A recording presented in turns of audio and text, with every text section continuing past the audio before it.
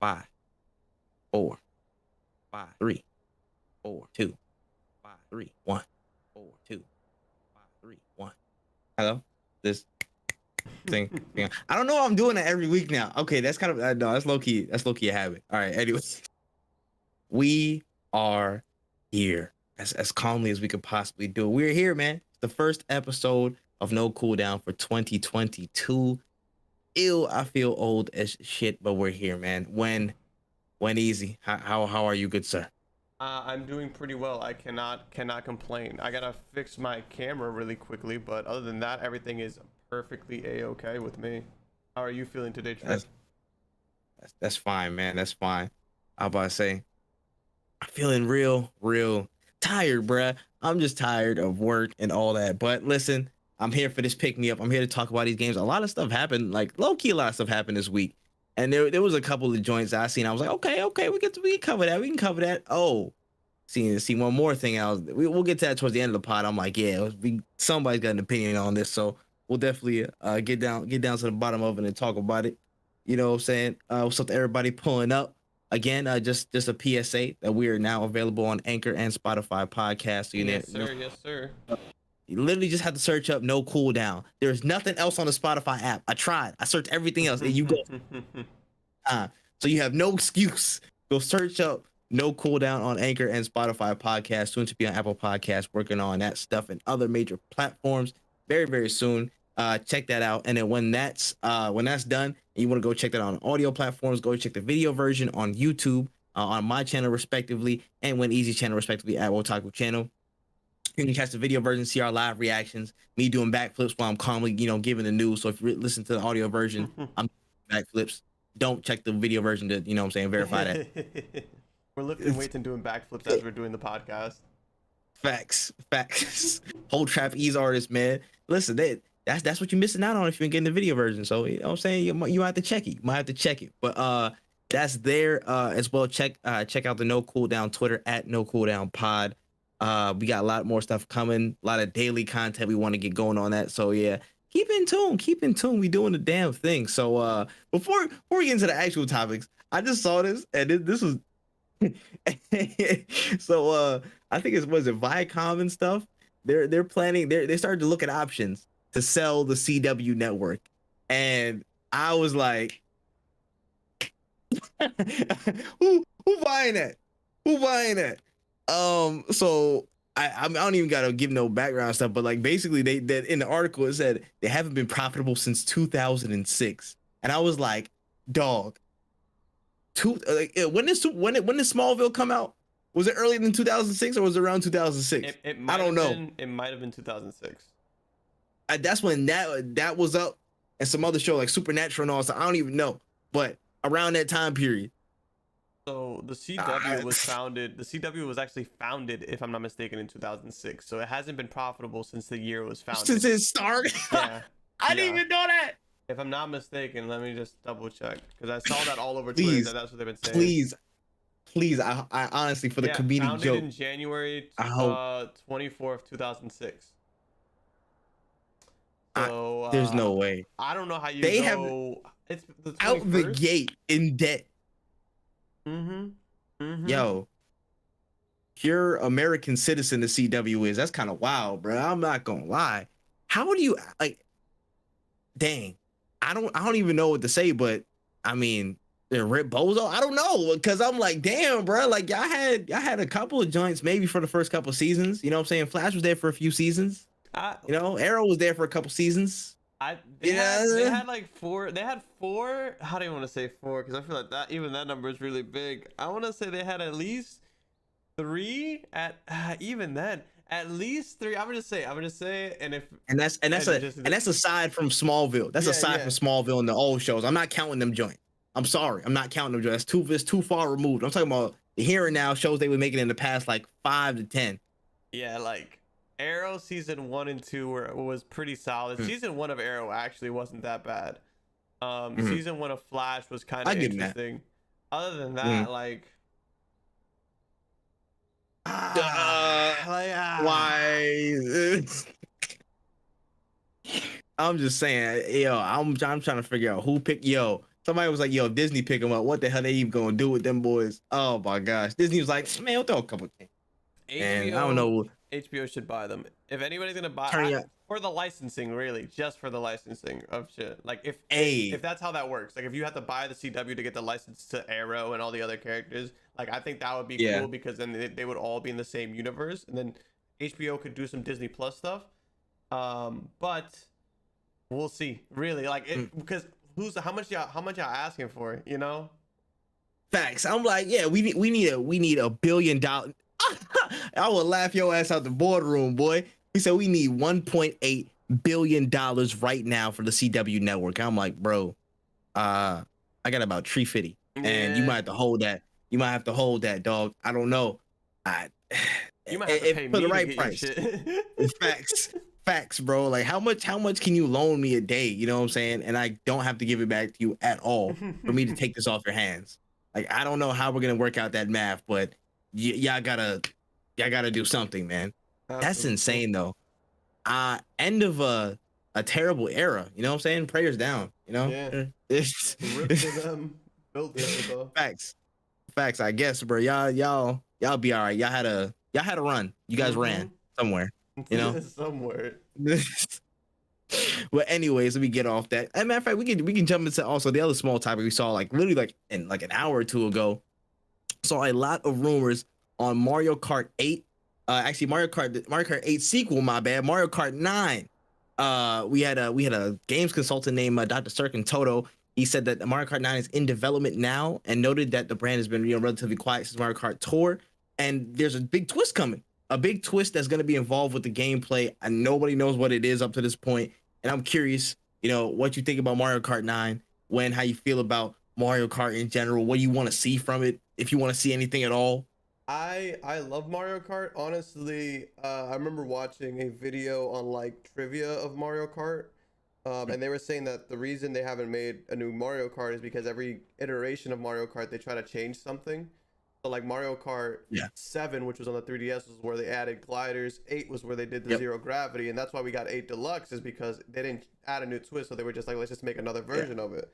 9, I'm excited for. I don't know what the next big twist is. Personally, I really enjoy the game, so like I don't even care if there isn't a big twist. Like if they just add more tracks, I'd be happy with it, to be honest with you, because it's just a solid overall game. So I can only hope, as long as they don't destroy what they have, it can only get better.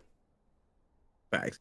I don't know all the minutiae, the detail of like, what I'm saying, like these hardcore people, like playing Mario Kart day in, day out, racing on the track. They like breathe in and breathe out asphalt, all that shit. I don't know, but from the generalist, from the casual Mario Kart player, I think they can honestly like do no wrong. Honestly, they add a new component.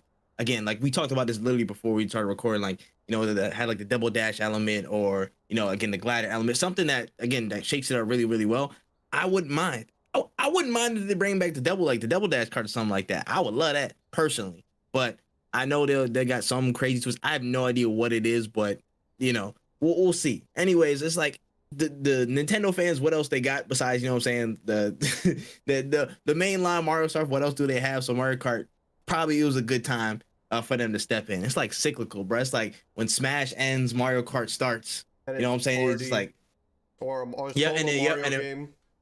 Facts. They just fill in the gaps, like right there. It's never like one at the same time. It's like when Nintendo fans get restless enough, they get, they don't shower long enough. It's like, all right, bet, let's give them something. Actually, right now it's actually Splatoon. Splatoon is actually the next thing. Oh yeah, Splatoon 3 coming through. Yeah. So Splatoon 3. So yeah, this is probably gonna be like a 2023 joint. I think it's probably gonna be like a later one. I wouldn't even say that. I would say 2024, because we got Splatoon is coming in now, but then once Splatoon stops is when the next Breath of the Wild comes in. Oh, I forgot about Breath of the Wild too. Damn. Yeah, people gonna be on that like crack. Nintendo's moving. It's moving. It has its own pace. Yeah. You're never gonna get like a crazy year from Nintendo, but you'll get consistency, and that's why they're Nintendo. Yeah. That's why they're still going. I agree. So yeah, that is what it is, man. Mario Kart 9 racing to a track or Switch near you at some point. But let's get to the main topics for today. The scheduled topics. And first and foremost, let me stop the press with one of my favorite joints for the past couple of years. Hold on, Jedi Fallen Order 2. The Force push is back.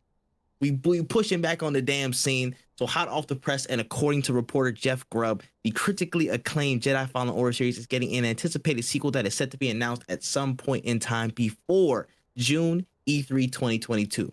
Now, it's been close to about 3 years since the first Jedi Fallen Order, and this has got the fans excited for the continuation, with most likely Cal Kestis, Seer, and the whole gang after the events of the first game.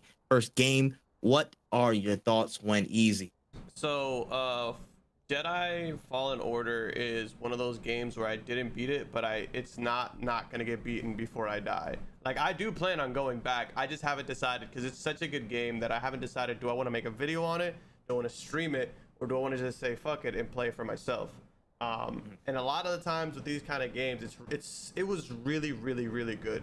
But because I was so ass at it, I'm like, damn, do I really want to stream myself dying to the same monster 6 times for like 3 hours? So I'm like, damn, do I want to just play on my own? Phenomenal game, honestly. I'm really excited with where they're going with the franchise, because before this franchise, I can't really remember a Star Wars game that wasn't Lego that really blew me away, that I was like, I need to play this. Like, Battlefront was like, everybody had high hopes for Battlefront. 1. Yeah, 1 was horrible, 2 was terrible, and then it became playable after a while. But this was like the first time we got a good Star Wars game, and a good single player one at that, like a really good single player one. So I'm excited. Yes, this is like one of the best ones that they put out. I will say again, Star Wars Force Unleashed, just for the story of Starkill and all that stuff like that, I do got to put him in that conversation just because of my personal bias. But in terms of overall, you know what I'm saying, the experience, I feel like this is the best, you know, possibly like single player thing that they put out in like the past decade, which includes that. I would even love to see them add elements of Force Awakens. Was it Force Unleashed? It was Force Unleashed, right? Yeah, Force Unleashed. Yeah. I would love to see Force Unleashed elements, because I remember when I was younger, and I remember watching G4 way back when they were showing off like gameplay, and like people, like when you hold the stormtrooper and like he grabs onto people, like that was always super cool to me, and I would love to see that. I would love to see, maybe not necessarily having that overpoweredness, but like I wouldn't mind those games coming back, because those were a different take on Star Wars. This is more like a Dark Souls-y, like you gotta be good at what you're doing as a Jedi. But like adding, maybe in the next game, since he's getting stronger, he can do things like move around, stuff like that. But again, if they want to just keep it as like boots on the ground, also a really good idea. But those were phenomenal games themselves. I'm just upset as to what happened to them. Hopefully we can get a good trilogy of Star Wars single player games. Please, man. Like, for me, this game is actually near and dear to my heart. For the little trivia, whatever, down the years, you know what I'm saying, when I get big, I turn Hollywood on these niggas. Now I'm playing. But when I get down the line, actually the first game I actually uploaded any YouTube video for was Jedi Fallen Order. It was like a whole 20-ass minute. I spent like days trying to edit that shit together. I was so nervous. That was my first ever YouTube video. That was like the second game I ever streamed on Twitch. Like when I started going. I love this series. I love it. I'm not like the hugest, like crazy over the moon Star Wars fan, but I am a pretty big fan of it. The way they did this whole entire story and the way they weaved it into the events of the whole, you know, Skywalker saga and stuff like that, where he sits, it was dope. I just want to see Cal cross paths with more people over time. And one of my big asks with this is that he either sees Ahsoka Tano or Obi-Wan at some point in this game. That's my only ask. I want to see him like run into like a big Jedi, you know what I'm saying, like a really giant, you know, big one. Because we already got. Wait, you haven't played it, so I'm not gonna spoil it. Which is, I'm not fine if you do, but I no. I'm gonna be pure. I'm gonna respect the line, okay? I'm gonna respect the line. Good men don't spoil. All right. Good men. Black men don't cheat. Good men don't spoil. Hashtag that motherfucker. But anyways, with just the general plot. It's just really good. I love this kind of that pocket that they inserted themselves into, and I want to see how that kind of runs across, because we're starting to see a lot of stuff even just outside of gaming in the Star Wars space. They're weaving a lot of stuff in. Of course, you saw with the Mandalorian, you saw you saw Ahsoka at some point. With the Star Wars, with all the different Star Wars series that you're seeing a bunch of different people pop up from before, and just again interweave across so many different projects. And I think this is going to be no different. And I just want to see it thrive, man. The gameplay was dope. Again, I agree with you. If you can take it over the top even more, and with like crazier force effects and things that Cal can tap into, because he's just kind of relearning himself after he kind of shut himself off from the force. Yeah. So that whole process of him getting some dope ass powers would be fantastic. Settings, literally, like, you can go wherever, bro. At this point, it's an open slate, and I have full trust in Respawn to like deliver, because they came from nothing with the first time round, and they knocked it out of the park. Like, they surprised a lot of people, and I have no doubts this will be a good one. And with the word that we're hearing, there's some rumors that it could drop 2022 as well. So that might add another big joint on top of this. I don't know for sure, but if it is, that just took 2022 to a whole nother level with it, man, because there's already a lot of stuff dropping, and you throw this into the mix, it's gonna be a heavy time for gaming. Yeah, but yeah, man, Jedi Fallen Order 2 is just yes, I need it. 1000%. I need that whole novel. I hope it's not this 2022, just because I'm broke, and I would like to be able to purchase at least most of the games that I want this year. But listen, it's also a game that I could see it being released pretty soon, because it's been 3 years. I'm assuming they're not changing the engine. I'm assuming they're just gonna probably like build off what they have. It could be very much closer than we expect. Yeah, I agree. And again, it's been a good amount of time. The last update they did was just kind of like the arena challenges, kind of like the Batman Arkham, like little like fight challenges and stuff like that. We had like different types of enemy waves and whatnot. That was the last major update they did, and that was like maybe like a year and a half ago, like almost 2 probably. So they probably just, as soon as they finished that roadmap, which was probably way before then, they did that and they started committing work to the next project, which was Jedi Fallen Order 2. So I'm thinking it will be a quicker turnaround. Holiday 2022, I would not be surprised by. I'd be surprised by the entire thing in general, but if it was like a date range, holiday 2022 seems pretty up on there. I agree. Yeah, man. Hey, listen, this came out the blue, so this thoroughly surprised me. I'm happy to see it. The crowd wants to see it. The people want to see it. Respawn, do your damn thing. Jedi Fallen Order 2. We will see you somewhere down the line. All right. Let me switch it down. Damn, man. The Game Pass train, baby, is growing. The Game Pass train. People, yo, man, it's been going crazy. But this week we had a wave of news surrounding Xbox and subscription services, and it looks like the momentum of the service and the platform is not letting up. So there's a couple of different actually news stories that play into the general theme of Xbox and Game Pass picking up a lot of steam. So first and foremost, we just had a bunch of new games that came to Game Pass this month. Most notably, the new games that are dropping on the 13th, the Anacrusis, and Spelunky 2 I don't think is new. Is it new? Spelunky 2 came out, I want to say last year, but it is okay. Cool. Yeah, it's free on. It was not free, but it's on Game Pass. Yeah. I want to say I can find the day for you, but it's pretty recent actually. Yeah, but yeah, the Anacrusis, which is not released yet and will drop day 1 on the 13th, and Spelunky 2 are dropping again January 13th, and then the Outer Wilds and Mass Effect Legendary Edition are dropping on the 6th, which is today they're out. Oh yeah. It actually was out last night. Yeah. I downloaded it. I actually, as soon as I saw that, I freaked out in my Discord. I was like, I need to get this Mass Effect, because I remember I was telling you, I was like, I really love Mass Effect, but I don't want to buy it because I already played it, but I would love to play the new one, and this is perfect for me. And like, yeah, months ago, I remember months ago we had this conversation and stuff. So like, damn, they're packing it on, man. There's some heavy hitters in this, some day 1 drops, some exclusives that are coming day 1 to Xbox Game Pass. Not really too much exposition on that stuff, but they had some shit coming. Next major news announcement under this little umbrella, Ubisoft Plus is coming to Xbox consoles. So they didn't really announce a date, but they confirmed the availability on Xbox consoles for the near future. And alongside a platform drop, Ubisoft also tacked on the announcement that Rainbow Six Extraction is dropping day 1 on the Game Pass as well. So Ubisoft is going in. They going in with Xbox as well, man. They say, hey, yo, man, just throw it up there, bro. We'll see what happens. We'll see what happens. You know what I'm saying? We got $14.99. Put it up there. Put it up there, man. How do you feel about all this movement from, the Ubisoft news to just everything that's encapsulating Xbox and the Game Pass stuff right now? So it's a very interesting time to be alive as a gamer right now, because Game Pass, and if you check out Wotaku, we're fucking humongous Game Pass fans. I have a series where I go through Game Pass games and play them and review them on whether they're worth the download or if they would be something that would interest you. And the reason I started that series was because I felt like there was so much on Game Pass that some people just really don't know what to play, because there's literally so many games. But it's gotten to the point, Xbox adds so much heat that I literally was recording, I want to say on Tuesday, I was recording a video for a game and by Wednesday, I had to start recording a different video for a game because they added new stuff, and I was like, oh, this looks way better for me to talk about. Like, that's how often it changes.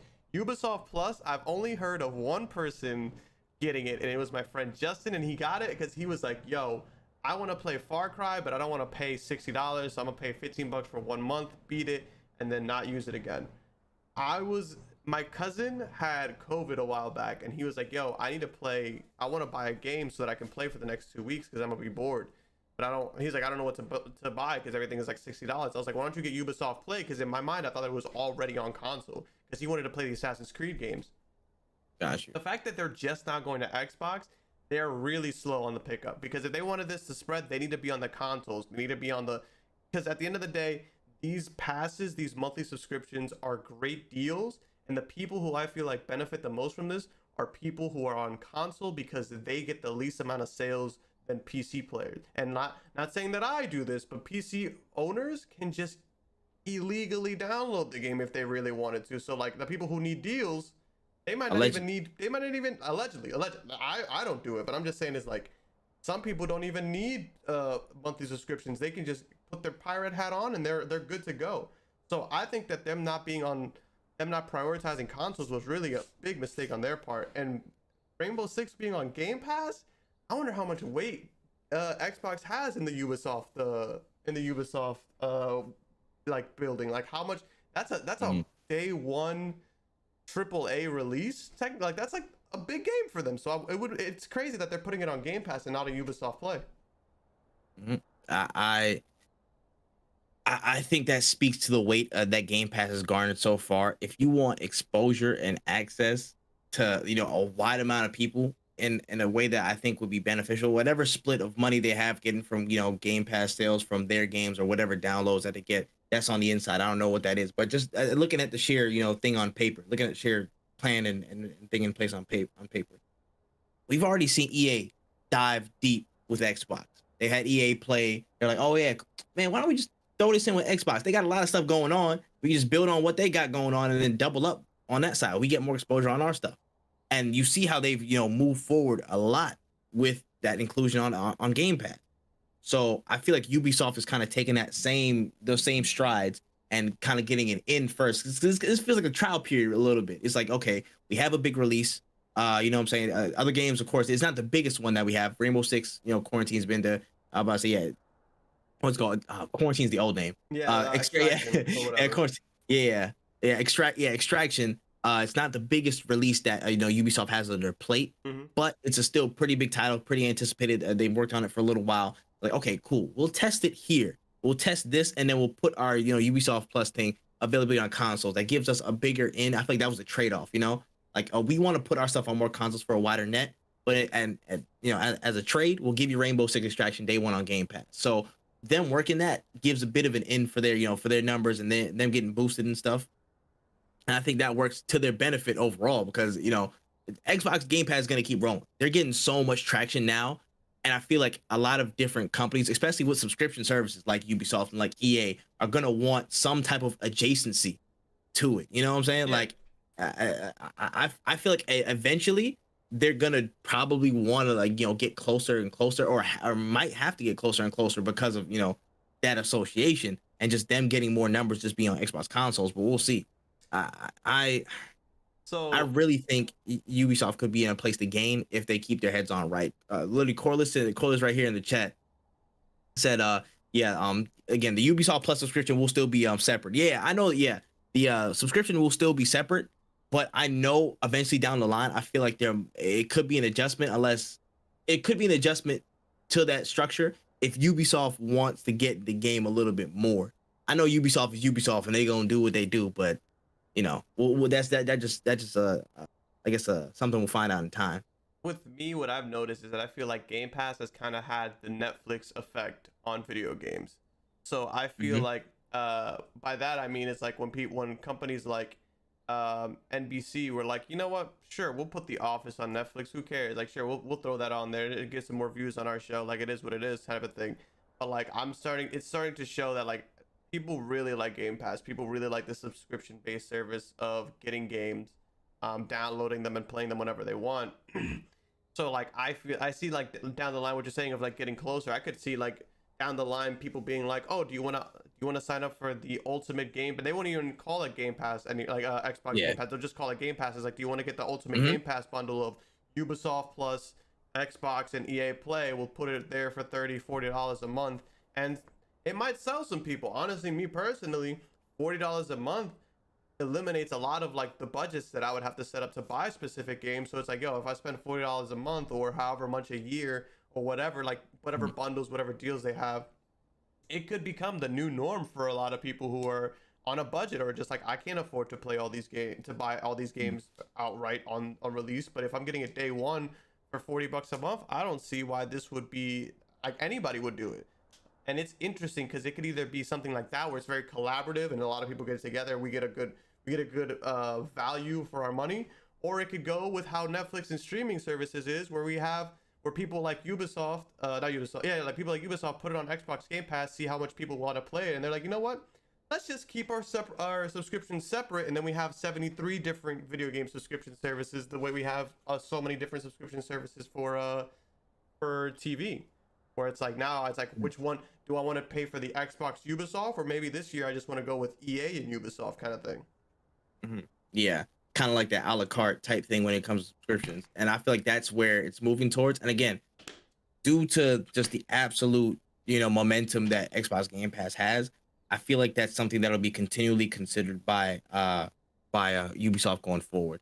I know that again they're going to want to hold on to as much money as they possibly can, because that's what we've seen in the past from Ubisoft. A lot of practices have been trying to again best suit their profit margin, and that's understandable as a business. Whatever you do, what you do. But when it comes to this, I feel like this might be an instance where they might have to break a little bit of bread and get in the game, because you're tapping into a whole nother larger audience that's only getting bigger and bigger as more people consider, oh, look at the value behind the Game Pass. Look at the value behind, okay, they're already partnering with EA, so I can get these EA games. How many casual gamers, how many families and stuff like that who are still, again, and even more increasingly with all the stuff that's going on, like being into games and being, consistent, game players and whatever on whatever different genres, they want more access to stuff for, a pretty decent price. So that's gonna be a real big consideration for them going forward. I think that on Ubisoft side, they have a lot to gain by adding on to it and jumping in. But again, that's gonna be on them, because they usually be doing some bullshit anyways. So that's whatever they want to do. Yeah. I'm not bothered by it anyways, because I can go buy a couple select titles from Ubisoft. I'm not too high on their whole entire discography of games and stuff like that. I'm not too crazy on that stuff. I haven't played Assassin's Creed in a little bit. That's something I do want to get back into down the line, but that's just, they turn them joints into 150-hour games, and I'm like, bro, I do not have the time for that. I actually have to like disappear off the face of the earth to even like commit to them games. But that's just my personal situation. I feel like we're gonna see a lot more of this down the line, where we'll get more day one releases, like a what's it called, like a Rainbow Six, or a Tom Clancy joint, not like a mainline joint, but like what is it called, Division or something like that. Yeah, like the Division, the Division or Wildlands, or like a game like that that comes day one cop game. not that, not Splinter Cell, but like those offshoots and stuff like that. Like, okay, you get day one, you get a day one. I feel like that's going to be more frequent as we go along down the road. But I feel like this is kind of like the starting point of that partnership, or at least the seeds that plant that partnership tree between Xbox and Ubisoft. Yeah, man, Game Pass getting crazy. You know what funny shit is? I still haven't bought it yet. I haven't. I'm about to, let me go put that $1 down today, buddy. Let me put that $1 down today. I am and it's funny because it's like, I don't really like pushing things onto people, but every time I talk about, like, every time anybody asks me about games or whatever, I always look to see if it's on Game Pass, because it just has everything, and it's really, it's like, and I mean, I would love to try to put everybody on, but nobody's sponsored me yet. If they want to sponsor me, I'll preach the Game Pass Bible to anybody. But listen, it's a top really Game Pass shill, baby. Exactly. You know what I'm saying? Like, Xbox, what's up with it? Let me know if y'all need to sponsor somebody. But it's a really good value. It's really hard to beat, especially if you're somebody on a budget. But also, like, I remember I was talking to my friend yesterday, actually, and she was actually the perfect example of somebody who wouldn't need Game Pass. And I remember like talking to her, and she was like, I was like, why haven't you gotten Game Pass yet? Because me and like all of our friends in the same group have. And she was like, Well, to be honest with you, all I play are multiplayer games. Like all I play are like Apex, League of Legends. Like I don't really play that many like solo player games. So if you're not somebody who's looking to play as single player games, or you just don't play games like that in general, or you're just somebody who's like, I really just like playing Apex, then it's really not for you. Like, because you're paying every month that money's coming out for games. And like I said before, there's so many games that some games you're definitely never gonna even touch. So it's like that's true. It really depends on the person on like case by case basis. But I've enjoyed it, but I'm also a content creator who wants to review games and stuff. So it really is, if you think you need it, try it out. Yeah, I definitely agree. I agree with that one, man. Dang, man. The cult of Xbox Game Pass grows day by day. I don't know, people on the front lines. I know them boys. Some of them PlayStation fanboys like, yo, where's our service? We gotta get it out. Where's our service? We gotta go. We gotta go. A whole nother conversation of what PlayStation, what are y'all doing? And that tug of war is gonna be hilarious, because I mean, Xbox gotta start running as fast as they can, because once Sony start putting money towards this, bruh, this is gonna be hilarious. This is gonna be hilarious. That's all I gotta say on that. Man. Anyway, speaking of Sony, we can get into a little bit of a speculation, you know what I'm saying? Put the conspiracy hats on just for a half second. So over the past couple of days, we've heard a fair amount of chatter over Naughty Dog, as they took some time to speak at CES 2022 through current co-president Neil Druckmann. After a few words on the new Uncharted film and the Last of Us HBO series, Druckmann went on record to state, "We're dying to share with you the multiple game projects that we have in the works at Naughty Dog, sparking some thoughts on what could be on the way." Now, I usually love to do this shit. I'm not even gonna like cap here. I love speculating and getting my hopes up sometimes, because that's what it is, unless I coach myself out of it. But this time, you know what I'm saying, I at least wanted to dip in with when, you know what I'm saying, at least talk what could be coming. What do we expect that they're working on? What do we hope that they're working on? What do we don't hope they're working on? What you think?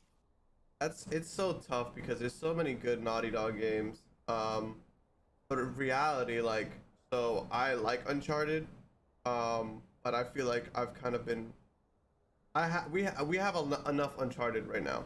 I feel like. Yes. Jak and Daxter we haven't seen in a long time.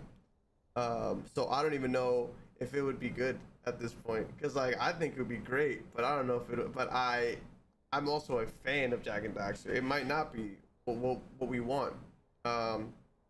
Because like Ratchet and Clank released at the same time as not Uncharted, as Jak and Daxter did. But like if you play like the Ratchet and Clank games from when Jak and Daxter 3 was there, like they don't. I don't know how well they hold up. But like Ratchet and Clank, they kept releasing games, so they grew with the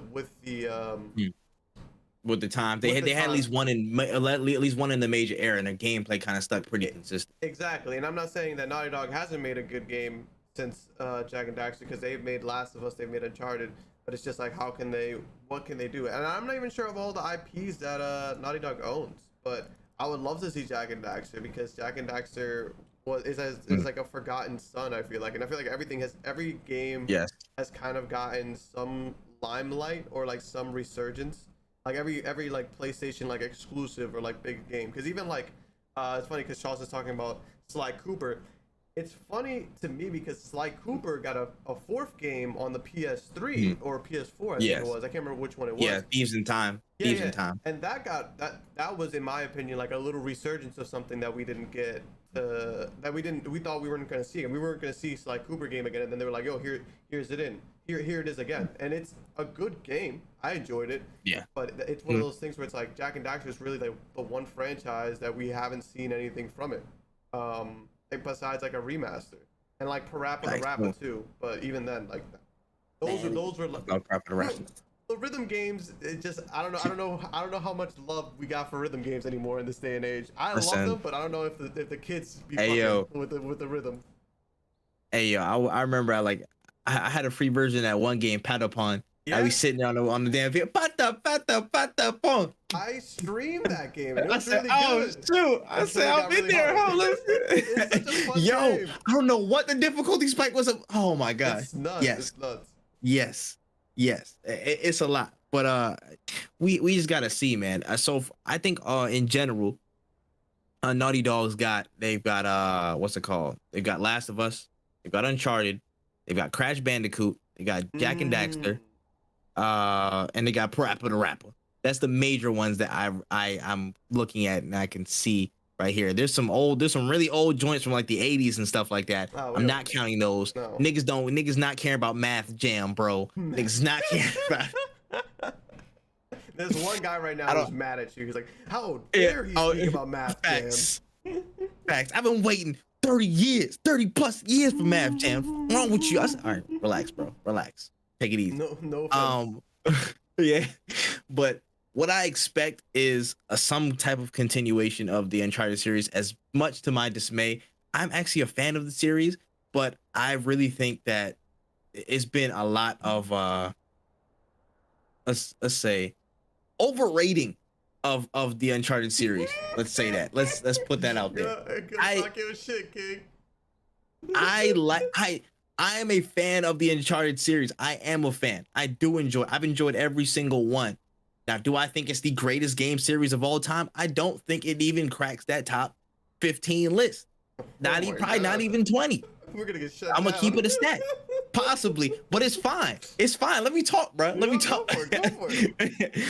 I'm just like, we don't need an Uncharted like every other year, bro. Like at some point, it feels, the same. Peacemaker, cookie cutter. It feels like the same joint. Ever since we hit at 3, I was like, okay, cool. This is pretty good. I like this. Cool. As soon as we hit 4, I was like, oh, shoot, 4 is here. Oh, and then I'm like, didn't really feel anything. Then you had the Lost Legacy joints. I haven't personally played Lost Legacy. Apparently, it's decent, but it just the saturation of the entire series. I'm like, yo, you need to put some space in between these types of games, I think, because they're essentially a lot of the same gameplay loop with a couple things mixed in, and you need to have time to really develop a story that's compelling and really hard hitting around that. You can't just like drop something like every 2 years or 3 years. You know what I'm saying? I feel like that needs way more space in between entries, especially now. You know what I'm saying? Where you're going to a space where you have a lot of different heavy hitters, bro. And you know what I'm saying? Like you and Tomb Raider was right there. You was doing the same thing. Y'all probably gonna drop around the same window again. So you got to come correct when it comes to that stuff. And again, people are raving like, you know what I'm saying? Like this is the be all end all of gaming, and this is the best joint ever. When I'm like, bro, this don't even hit close. And I love this series. I actually really do. I like all the historical backgrounds and stuff and how that connects. I'm a sucker for that stuff. I watch National Treasure. I love those movies. Say what you want. I like that joint. I like Uncharted. But the fact that that's being overrated so much, I already expect in my heart that there's going to be another iteration of this game. Probably going to be like an older man. Sully might die. You know what I'm saying? Like it's going to be Nathan Drake's daughter or something like that, or their kid. I believe they had a daughter somewhere. Yeah, they had. I think it was a daughter, but you know what I'm saying? They'll probably follow that. Like 16 years old. Yeah. If you ain't seen or played that at this point, bro, y'all bugging. Y'all are bugging. Unless y'all like, you know what I'm saying, Xbox Shields, and you was never gonna do it anyways. But I can already expect some type of next iteration of Uncharted coming through. I expect that 100%. Will it be good? I really do hope so, but you never know. I agree with you. I think that so first off, I don't think that all 3 games should have been on the PS3. I don't think Uncharted 1 through 3 should have been on the PS3. I think they should have spaced it. I agree with you. I think they should have spaced it out because I feel like they need time to make it more fun. Really, let's just say what it is. Like at the end of the day, it's a third-person shooter and it's fun. But like how can you change third-person shooters so much in a realistic setting? Because you can't have him flying because it's Nathan Drake. He's just a regular guy like platforming, doing like the Indiana Jones thing. I think it's a fun series, but I also agree with you that I feel like we could use a break. We could use a break. And that's what I really appreciated about Last of Us is that it was a Naughty Dog game that was different from the Uncharted thing. I agree. And while again, it felt both of them felt completely different. Last of Us, I do feel like there will be some iteration of it down the line. But what I expect in the coming years of what they were talking about in this story about how Neil Druckmann said that projects are coming, I feel like where is the Last of Us 2 multiplayer? I'll go pick that joint up again. I'll do it for the multiplayer. Where is the multiplayer? Because that was the most fire thing to me about The Last of Us. The last Factions was ridiculously good, like unexpectedly good from top to bottom. And I wanted that. I want that. So I expect them to have something on that project at some point being included down the line. Maybe standalone, maybe it's tacked on as DLC. I don't know, but I think that's going to be an expectation that might come from them. If we don't get like a Jak and Daxter reboot, I would actually enjoy a Last of Us spin-off, like something that has nothing to do with Ellie. That's what I wanted for Last of Us 2. I wanted nothing to do with Ellie. I wanted something completely, and I wanted it to be like an open world survival kind of thing. I thought that would be cool, but again, that's another franchise where like if we get 2 more of them within this generation, actually no, if we get a new one. Down. What? Yeah, exactly. Like slow. Oh no, you're right. No, you're right. I'm like, yeah, take it easy. If we get too many of them, it's gonna become like saturated, and that's why I kind of feel like we all really like Insomniac, and nobody really has anything negative to say about Insomniac, is because like when it's not Spider-Man, it's Ratchet and Clank, and they're 2 very different games that are very fun. And their spacing in general for games has always been pretty decent. Like, you know what I'm saying? Like you've never gotten, in my recollection, you've never gotten too many of, you know, one joint right there, just hold that for the rest, you know what I'm saying, year on year. Like they take time with a lot of their projects, so you know you don't hear it from them, but you know I understand there might be a little bit of like pressure being one of the major flagships as Naughty Dog is for Sony and stuff like that. But I need them to go revisit Jak and Daxter. I need them to go visit. Oh, also to backtrack one point, I also think they're probably gonna do Last of Us remake, the original remake, which I still don't care for, because I'm like, yo, bro, it came out mad recently. Wasn't it like 2013, 2014? It a third time? I mean, a second time? I think I heard a lot of rumors that they were gonna do a full remake of the first game, and I'm like, bro, it's not even that far away in our memories. You know what I'm saying? Like it was a PS3. It was a PS3 joint. It's a good game. It's not that good. It's not needing to be on 3 different generations. It is not. You know what I'm saying? Same thing with Grand Theft Auto 5. Great game, amazing game. It doesn't need to be on 6 different consoles. We don't need that. We can move forward. We need to stop holding on to the past. Facts. I agree. And then if you are pulling from the past, you need to make sure that you create an experience that is very, very tailored to today's times, and it's not completely hinging on nostalgia. You got to have some quality that fits today's standards right now. You know what I'm saying? You can't just tack on some old shit to some new paint and be like, yo, bro, we here. You know what I'm saying? Come on, guys, it's a remaster. You know, like, no, bro, I'm not going for that. I know after a while that joint wears all quickly to people. So you guys got to really come with it when you know, when it comes to either pulling for the past or setting up for the future with certain titles and stuff like that. But yeah, I think that's pretty much the only things I expect. What I want is a completely new IP. I want something completely different from them. I don't want anything that has to do with survival shooters, survival horrors, like, you know what I'm saying, like that. It could be third person, but I want something very, very different. I want, you know, them to go in a completely different direction. Whatever IP it is, I want to see how that looks. And if it's good, I'm gonna applaud them. You know what I'm saying? And if I get what I wish for, it's a different IP, but it's wild and it's weird, I'm like, all right, damn, all right, you got me there. But I do want a new IP from them. I kind of expect that'll be like the very, very, you know, latter end of their projects that they're working on. But I still think something will come from that in terms of a new project that we haven't seen anything before. Right, absolutely. But yeah, man, Naughty Dog, man, keep cooking up. We'll see y'all soon. I'm pretty sure I got something for us in the tuck for this year or next. And we might see you at you know what I'm saying, E3 as in the next topic here. So E3 has officially announced, the ESA have officially announced earlier this week that E3 will be going on an online only format for this year's proceedings. Citing concerns of COVID health risks, this will be the 3rd year in a row where the platform has been adjusted, with E3 2020 being scrapped completely and E3 2021 being strictly online as well. So, you know, I don't mean to beat a dead horse, but like, dog, where was niggas showing up? But anyways, how do you feel about E3 going online for 2022? I mean, like, I think we're getting close to the final years of E3. I hope I'm wrong, because I really wanted, when I was younger, I really wanted to go to an E3 showing so bad. Like, that was like one of my biggest dreams, was to be like, oh man, I would love to be there. But like, with Sony pulling out the years ago that it did, with EA pulling out, with so many people pulling out, and now it's going to be online, which no problem. Like, I don't have an issue with it being online, because again, I watched it online all my life. So like, oh, nobody's gonna be able to show up. I'm like, cool, I didn't have tickets anyway. It doesn't matter to me. But it's just like,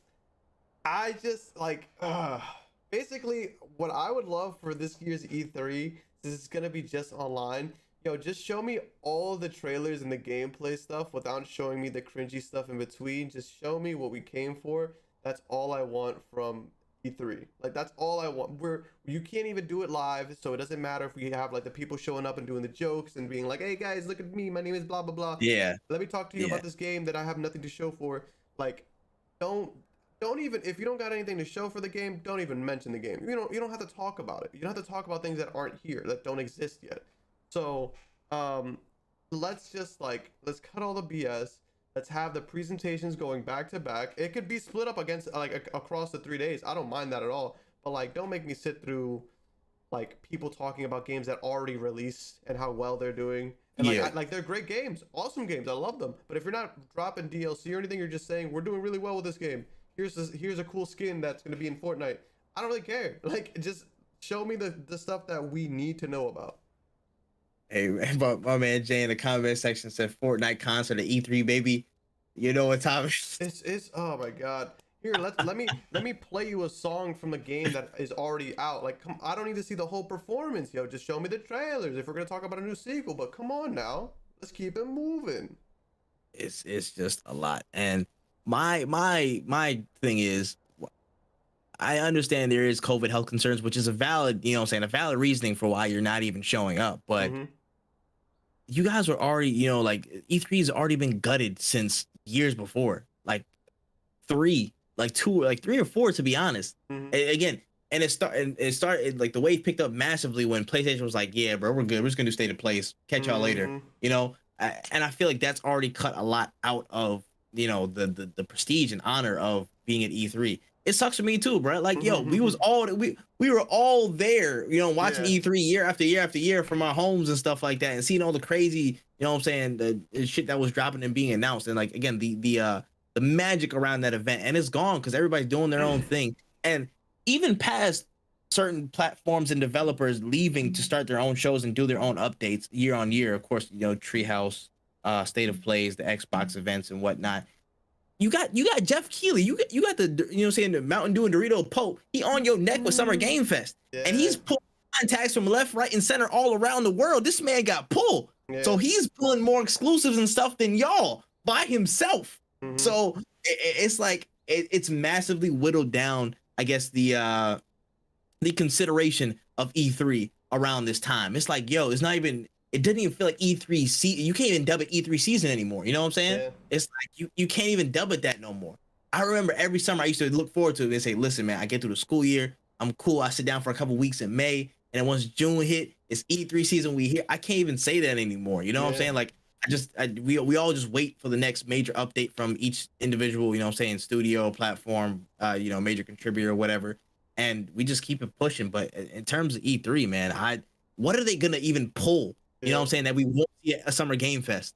That's my big thing. What are they even going to show that they can lock down for sure exclusive E3 that's not going to be a Summer Game Fest game that Jeff Keighley's already scooped? Because that man's planning like a madman. This man probably got hella exclusives locked in for the next Game Award. And so it's, you know, it's really annoying because it's funny because you said Jeff Keighley has like the Summer Games Fest, and I'm just like, yeah, he has the Summer Games Fest, and anything that's going to get announced in winter, he also has because of Game Awards. So it's Game Awards. What are you guys going to announce? And you're also playing so close to his territory. It's like, it's nuts because it's like, I feel like they weren't fighting for it as much as like we would want them to. And it used to be like, it used to be, I remember it used to be like Bethesda, Xbox, Sony, like those, and then like Nintendo was like the last day. And I remember it would always be those three. Nintendo, Square Enix. Yeah. And then now that freaking Bethesda is Xbox, it's basically Xbox, I guess Square Enix, and we all know how Square Enix presentation go. They can either drop some really crazy stuff.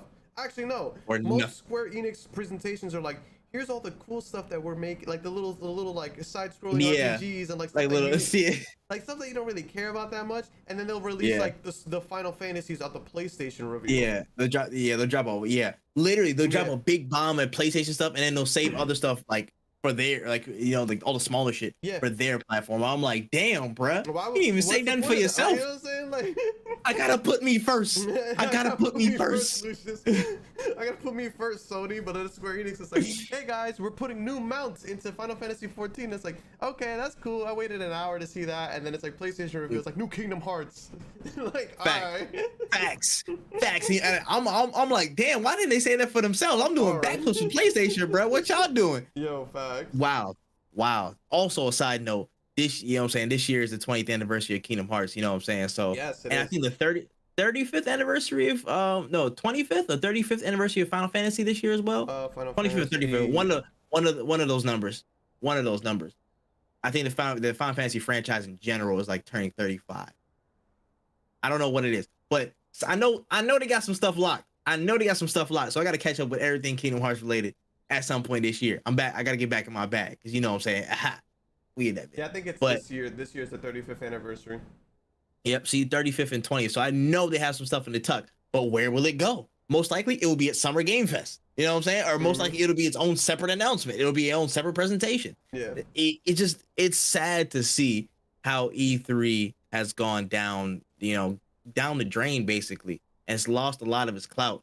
I feel like maybe a little bit in part incompetence, in part bad circumstances with COVID and everything, and it's tough. But everybody moves forward. Everybody got to move forward, and if you don't adapt to the times properly, you know what I'm saying, you're doomed to stay behind the past. So it's tough, man. I'm a poor virtual 40 ounce out for you, man. Shout out to the E3, man.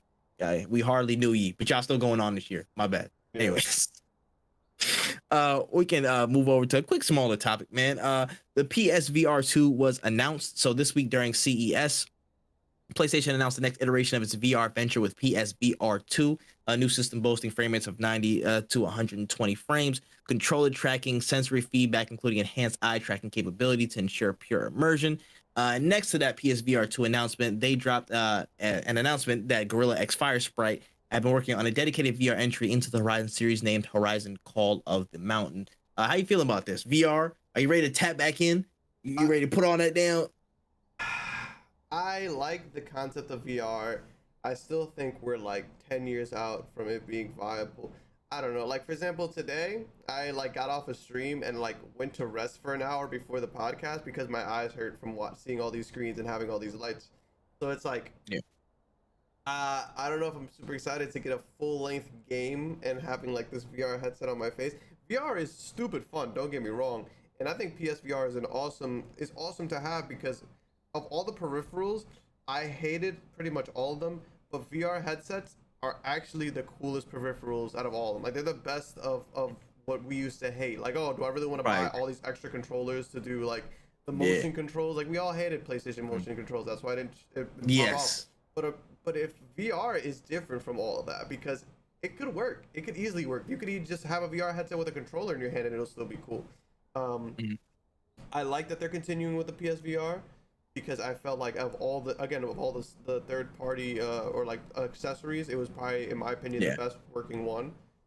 And I don't know. I would love when it gets more accessible, when you can tell me, hey, this VR headset is not worth the price of a computer. It's gonna be more important. I know the Oculus is $300, but again, I ain't got $300 for a headset, that's a lot of money. So we'll see. I feel that. Yeah, I feel that. I agree with you though. It's the time thing.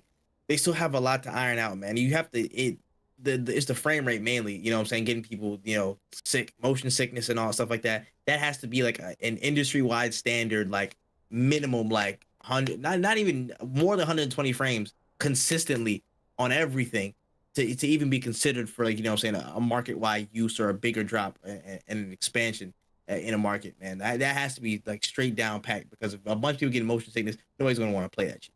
So that's already one off.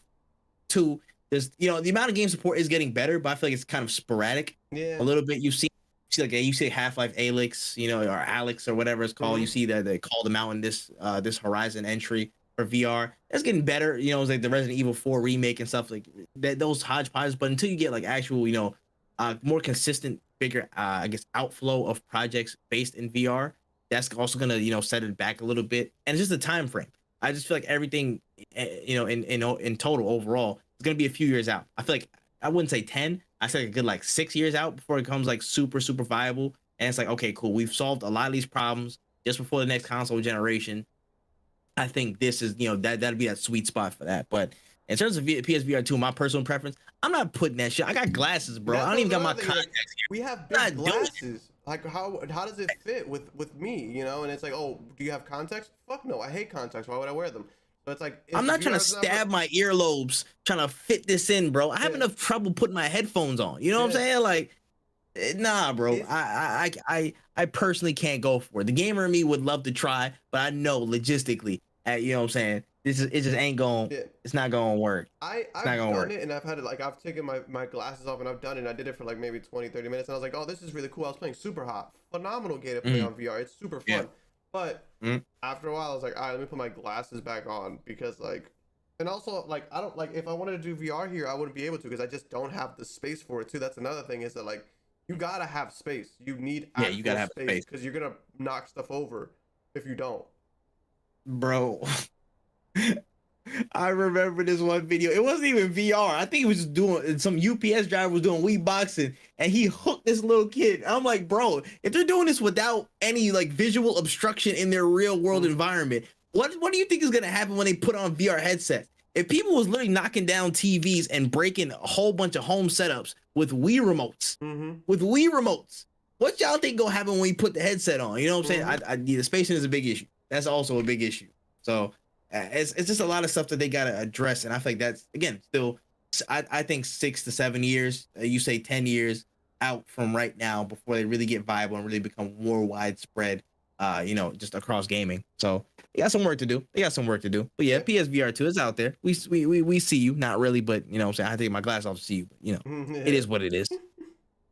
Anyway, switching gears a little bit, talking about some movies, and namely The Flash, moving at the speed of light to stop WB's momentum, ?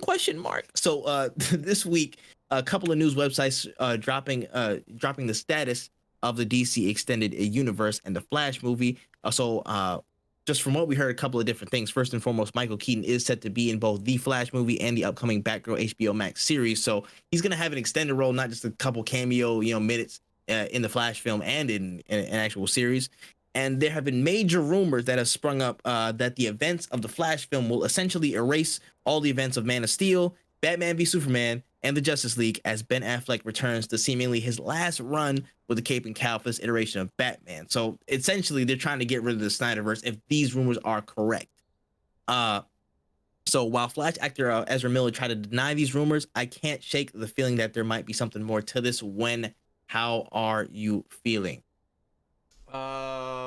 I hope that it does erase the Snyderverse. Not because I don't like the Snyderverse, but if we're not gonna have him making any more movies, then it doesn't matter if it's canon or not. Like not that it's not canon, but like, for example, if they do not to spoil any like Marvel movies or anything like that, but like with the multiverse, like if they change stuff, like, you know how like, if let's say in the new Multiverse of Madness, Doctor Strange like changes the world and everybody's name is Martin, like, that doesn't mean that before that happened, all that shit doesn't matter. Like, no, now it's just Martin. So like, if they were to be like, yo, the Flash going back in time or whatever the fuck, changing the entire universe and now everything is different, I think it's fine. Like, it's not like we're gonna forget about the Snyder Cut. It's not like the Snyder Cut isn't gonna be on HBO Max.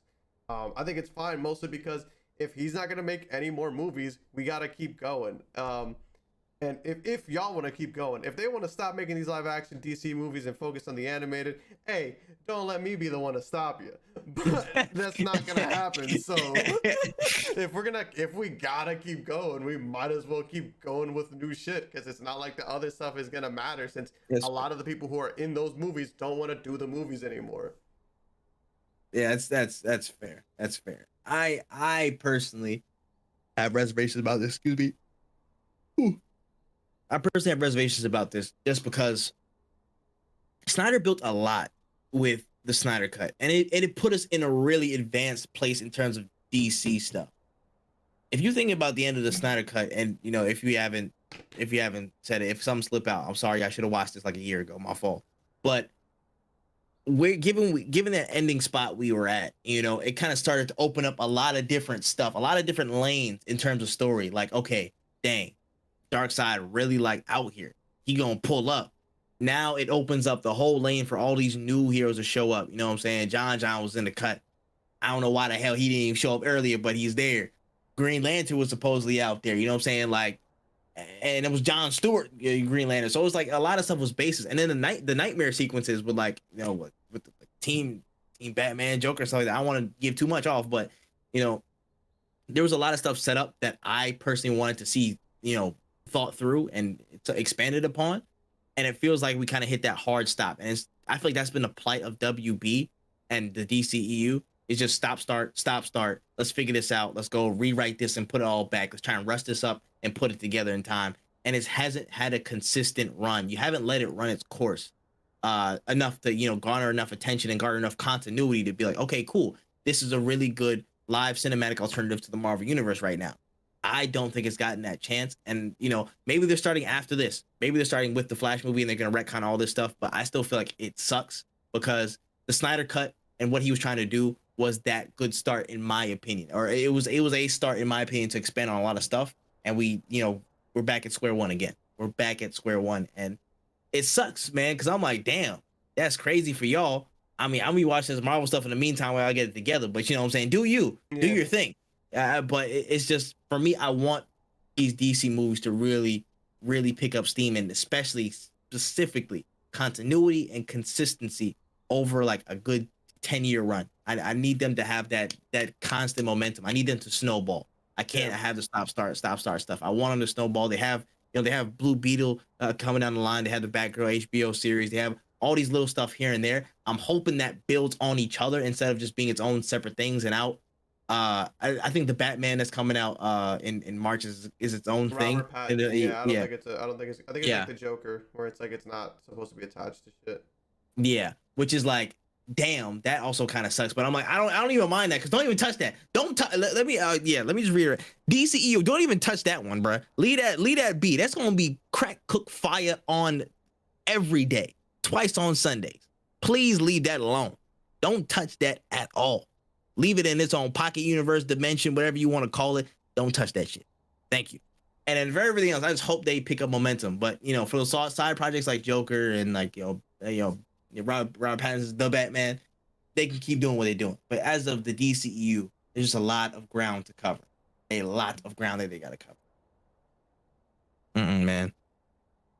Damn, man, they need to put some movies together, bro. I'm tired of this shit. Yeah, it's at least we got Young Justice. Like, that's every time I see it, it's like, all right, cool. At least I got animated movies to look forward to.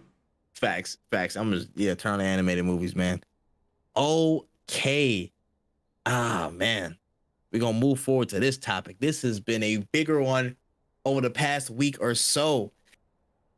It's the great NFT wave, ladies and gentlemen. It has approached gaming's front gate, and we are here to talk about it. So I've had a few big stories this past week. I want to go over all the major ones and kind of go backtrack and break them down. So first and foremost, the Square Enix president, Yosuke Matsuda, expressed great interest and motivation to develop in-game currencies and NFTs for projects moving forward.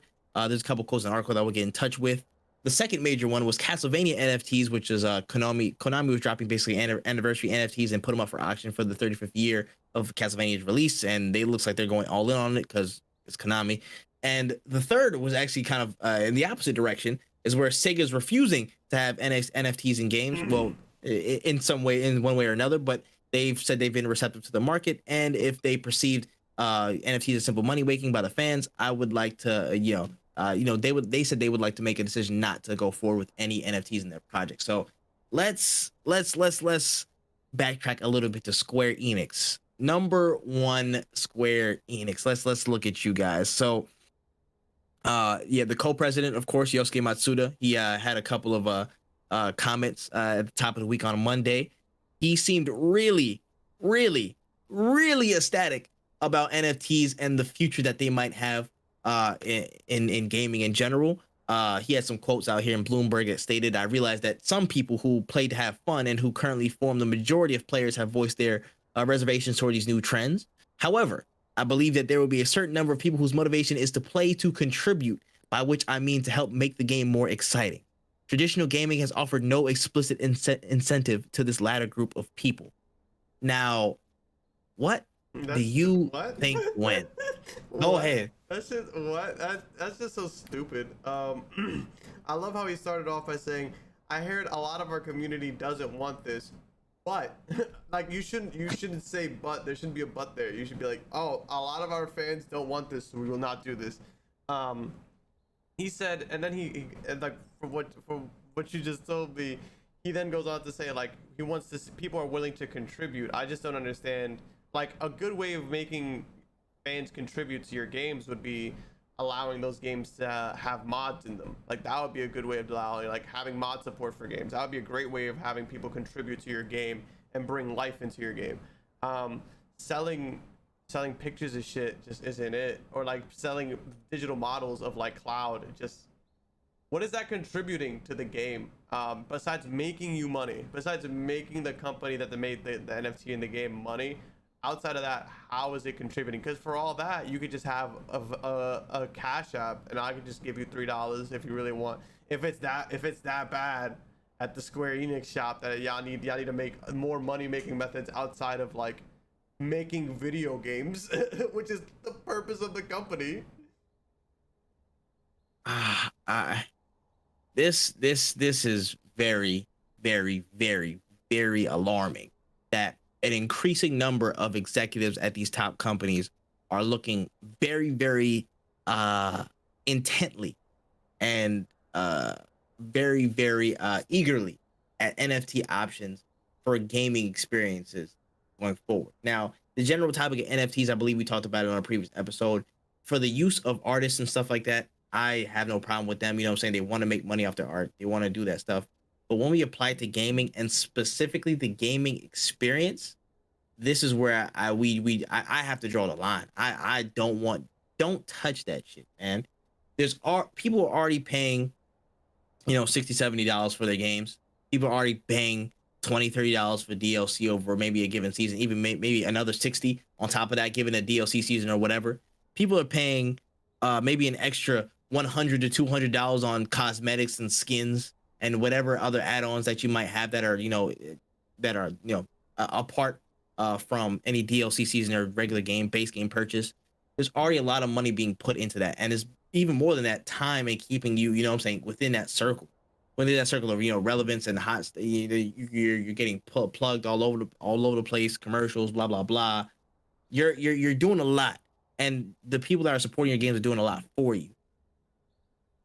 To come in and just say, hey, listen, to make this game even better, we're going to add a lot of, payment elements where you can put your real life money in this joint to buy maybe some exclusive stuff that maybe some other people can't have. You completely change gameplay loops. You completely change development processes with the concept of making more money. And that's where this shit goes left. That's where I can't stand for that shit. That just makes no sense to me in the pure basis of making the best game that you can. I don't think this is a conception that anybody in their right mind has as a developer on the front line saying, oh, how can we make this game the best game possible? How can we make this game the best game possible for us? What is our vision? And I don't think people who make, take the seeds of games in their infancy, looking at the story, looking at that and think, oh, shoot, let me drop an NFT in this hole. I think that'll work. I think that'll be gold, bruh. That's fire. I don't think that happens. I don't think that really happens at all. So the fact that, I've seen Yves Guillemot from Ubisoft talk about this. I've seen Matsuda from Square Enix talk about this. I've seen a couple more people talk about specifically including it into gameplay loops, into gameplay strategy initiatives. This is where I'm like, bro, y'all gotta cut that shit, bro. This is where we gotta speak with our wallets and really stomp down hard on this. Don't put that stuff near any of these video gaming experiences. I'm serious. I like this is something that can't stand, because I feel like if there's not enough momentum pushed towards this, or at least not enough stronger, like even stronger, they already know there's already enough like discourse that's negative against NFTs and stuff in gaming experiences specifically. It needs to be even stronger at some point, because I feel like they're gonna try something. Ubisoft's already tried something. Ubisoft already gearing up to try something. You know what I'm saying? Like once they try something, it needs to be shot down immediately. You know what I'm saying? Like it has to be very, very vocally understood that this cannot happen. This can't be accepted. In the gaming space. I don't want it here. Yeah. My personal opinion, when it comes down to the specific instance of NFTs in a gaming sphere, in a gaming experience, in a development process, keep that shit away. Yeah, I completely agree.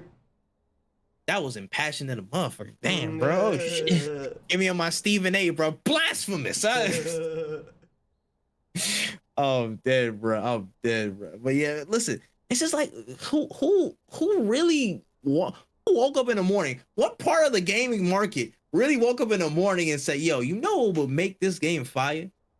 You know what would make Minecraft fire? If I could have the only diamond pickaxe in this side of the Mississippi, that would be fire. That would be heat. Nobody says that. Nobody. Go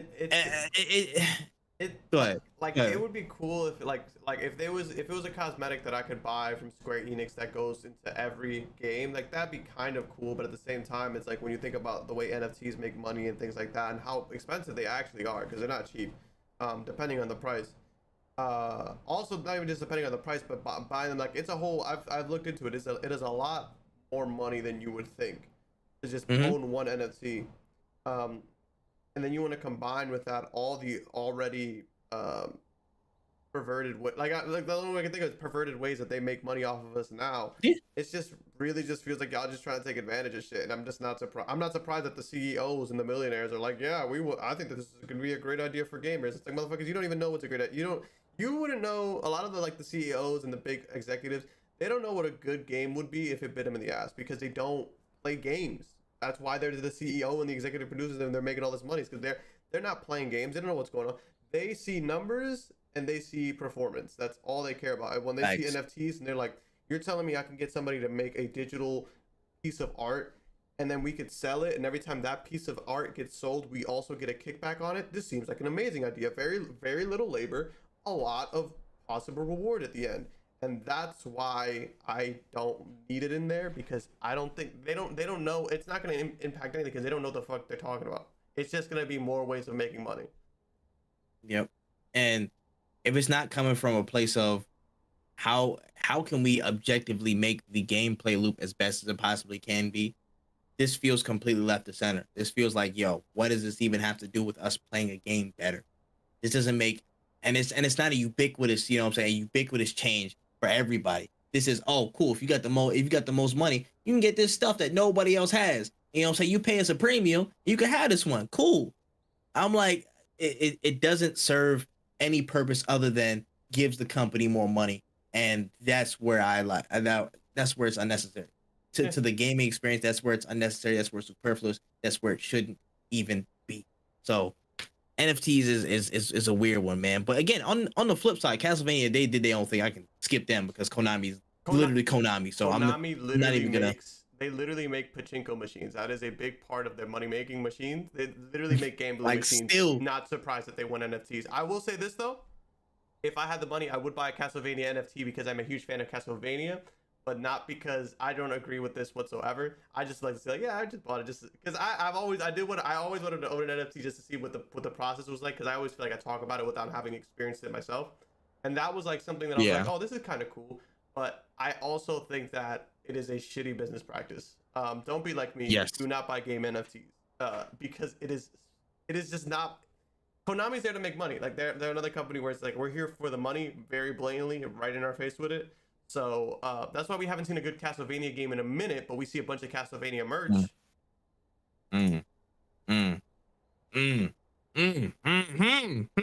That's real interesting, huh? That's real interesting, man. All the stuff that they try to sell you on Castlevania, but an actual Castlevania game.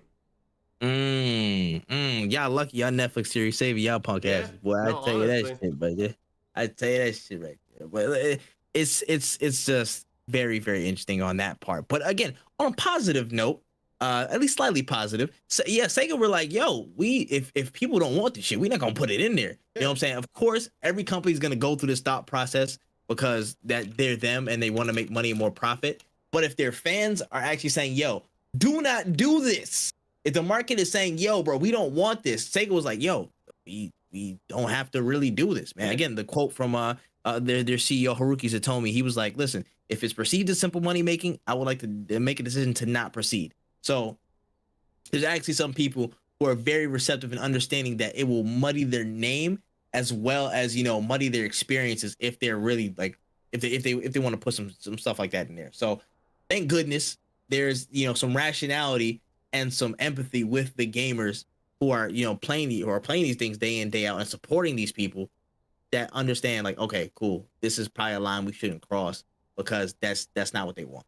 Yeah. Listen, I'm dead ass serious, bro. If I have to literally pay money, if I have to win an auction, if I have to win an auction to win a Keyblade in the next Kingdom Hearts game, I'm suplexing somebody, bro. We gonna have to talk. We're gonna have to talk. I'm on it. Like, no, bro. I'm not paying no damn extra money for no Keyblades in an auction, bro. I'm not doing it. I love this series to death. But if we doing that, nah, bro. I'm not going down that road. Not even that, but the way some NFT websites work, you have to actually pay to make the bid because of like how gas and Ethereum. It's a very tricky thing. Yeah. So it's like you wouldn't even just be paying money to possibly get a Keyblade. You would be paying money just to have the chance to, and that's why it's like such a big money making thing. Because like the person who made the Keyblade, which would be Square Enix, would be getting all of that money. And that's why we don't need to give them all that money, because they need to, instead of making Keyblades, they need to make full games. That's how you can get my money, is making full games. Hey, listen, if you just like focus on, you know, the development process and making the best game you possibly can, I will give you all of my money anyway. You know, like I'll give it to you. It's not hard. I'll give you what you want. It's really a simple process. Why'd you have to add all the bullshit? You don't even need that. Just make a good, like for me, my personal situation, make the next Kingdom Hearts game crazy. Make it crazy, and I'm gonna give you all my damn money. That's all I'm asking. Yeah. You don't have to add all these NFT or this special stuff like that. Nah, cut it out. Give me Kingdom Hearts 4, make it crack, and I'm here. Take it, take my money, take all of it. But the struggle wages on with these damn NFTs, man. We'll get to that at another point, man. Since we got a little bit more time, man, that's all the major topics. I did want to break down a couple of things, man. I did a video on this actually last week, just before the new year kicked off, but I wanted to at least get your take on a couple of games that you're excited for this year, 2022. It's gonna be a big year for games, man. For people that might not see it, all the things that got backlogged, all the things that got pushed back, delayed, all the announcements that we don't even know about, like Jedi Fallen Order 2 that are coming out the woodwork for 2022. It's going to be a ridiculous year for gaming, and I'm curious to know what are you looking forward to when we can go back and forth on you know, what they are and why you looking out for them. I'll let you go first and rattle one off. I'm trying to pick some new ones that I didn't choose before that I went through last week. So with me, I actually made a list and I put it in my Discord so that if anybody who is in my Discord is like wondering what games I'm going to be playing, or like, oh, I wonder if he has that game. I update this list on whether I own them or not. Well, I need to, because there's some games here that I didn't buy. But I'm gonna go with, out of all the games that I listed on here, I'm excited for Pokemon, but I don't know if I'm excited for Pokemon necessarily. Like, I think the game's gonna be cool, but it's more of like I'm excited because that's the first game coming out this year that I'm gonna buy, a big major release. But Sifu is for sure up there. It seems very good, and it seems exactly what I want. It is a single player game. It's reasonably priced. It just has everything. It has everything going for it. It's just honestly like a solid game. Like, it just looks like it's gonna be really fun, and it comes out pretty soon. So we'll be able to see if it lives up to the hype. Yeah, boy. Listen, I already made my spiel about Sifu. I'll say it again. That's my most anticipated game this year. I don't care right now. All the other ones can go. I'm dead ass serious. Like, I'm very excited for this game. Like, it's been a long time. I probably say it's been a couple of years since I've been so excited for a game. Ghost of Tsushima was probably the last one I was like, yo, I need to play this now. And the Sifu was like, it just took me right back into that mode, man. Like, it just looks dope. I love it, man. Again, I'm a big, like, I love, you know what I'm saying, like martial arts movies and stuff like that. I did martial arts when I was a kid. I love that type of shit. So seeing a dude you can play as him and walk in a room, you know what I'm saying? Like tap right into that sleeping dogs type of vibe and shit. Like that's just dope. And it has the deeper technicality of combos and the different systems that it has involved. That joint gonna be fire. And I'm here. I'm here. I think the date got moved up. It's like February 4th. It's only like a month away now. Yeah, it's not far. It's not far whatsoever. I'm on your neck, boy. Oh, I'm there. I'm there. I'm there. The next one is a game that's been delayed a few times. And if they delay it again, I won't be upset about it because I want them to have the best game possible. But Dying Light 2 looks really, really good. Everything we've seen so far from it has looked really phenomenal. But it's always just crazy because everything I've seen is like damn near perfect, but then they still push it back for a specific reason. So it's like something must not be working that we don't see. But I think that game is gonna be, if it works the way it works in like in the E3s and the presentations, I think we're gonna be in for a really good game. I definitely agree, man. Dying Light was one that was like super sleeper. Like I didn't expect it to be that good. I know, like I wasn't really expecting much at the time. Like I feel like it came around that same, I guess, like major time period as like, you know, Dying Light and all this other stuff like that. Yeah. Oh, no, not Dying Light. Dead Island. Thank you. Yeah. Dead Island. Yeah, Towards that the end of the you know, wave. era. Yeah, that wave of zombie survival stuff. You know that and what's it called, Dead Rising and all that. I didn't really catch too much of it, but when I did catch, you know, some of Dying Light, I was like, yo, this is actually really, really dope. And the second one, of course, got me very excited, and then all the delays happened and stuff. So at some point, I was very, very patient. I'm still very patient. Where it's like, yo, listen, do what you guys got to do. Throw Rosario Dawson in there. Do whatever the hell it is you need before it's time to release the game, and just let's hope it's fire. I really think it's still gonna come through. It's just, you know, the momentum's like it's been a little bit shifty because it had the delays and then started, had some stuff here, dropped off the face of the earth a little bit, and came back. But I'm fine as long as it releases and they're releasing with their best intentions. With there's not no rushing of it and there's bugs and stuff like that. You know, or major game breaking bugs. I'm fine. Yeah. I'm cool with it. Lastly, I'm gonna let Saints Row take the spot because I'm actually really excited. I'm actually really excited. Interesting. A lot of people. It's funny because I see a lot of like, not necessarily hate, but some negativity towards the game, which I can understand. They were saying like, yo, it looks kind of like a last gen game or whatever. But honestly, if the game runs if it runs smooth and it plays like a Saints Row game, I think we're gonna have a blast. Because I was actually playing Agents of Mayhem recently, which was the game that came out after. I saw you stream it the other day. It came out after Saints Row 4, and this game it bombed. It didn't do well. Yes, and I was playing and I was like, this game is still pretty fun though. So like, if the next Saints Row game is just fun, I don't really care. I don't care if the graphics are good. I don't care about XYZ. If it's a fun Saints Row game, I'm all for it. Yeah, nah, I definitely agree, man. This brings back a random like side memory. I am still so pissed about how they did Crackdown 3, but that's another story for another day. I love Crackdown. I love Crackdown 2. Yeah. Those are like two underrated games in the back of my head. Fuck how they did Crackdown. Yeah. But anyways, Saints Row, it's like I'm not hating on it. I'm just cautious to see where they are. I feel like the thing that brings me back, you know, bracketing back in like more of a positive mindset about it is that they're restarting the entire series, and I understand they want to have a lot of room to grow, so they're gonna try and keep it, you know, really grounded, or as grounded as they possibly can to Saints Row standards. Yeah. And I'm just hoping that a lot of the characterization and the character development is really Saints Rowish. You know, I hope that stays true.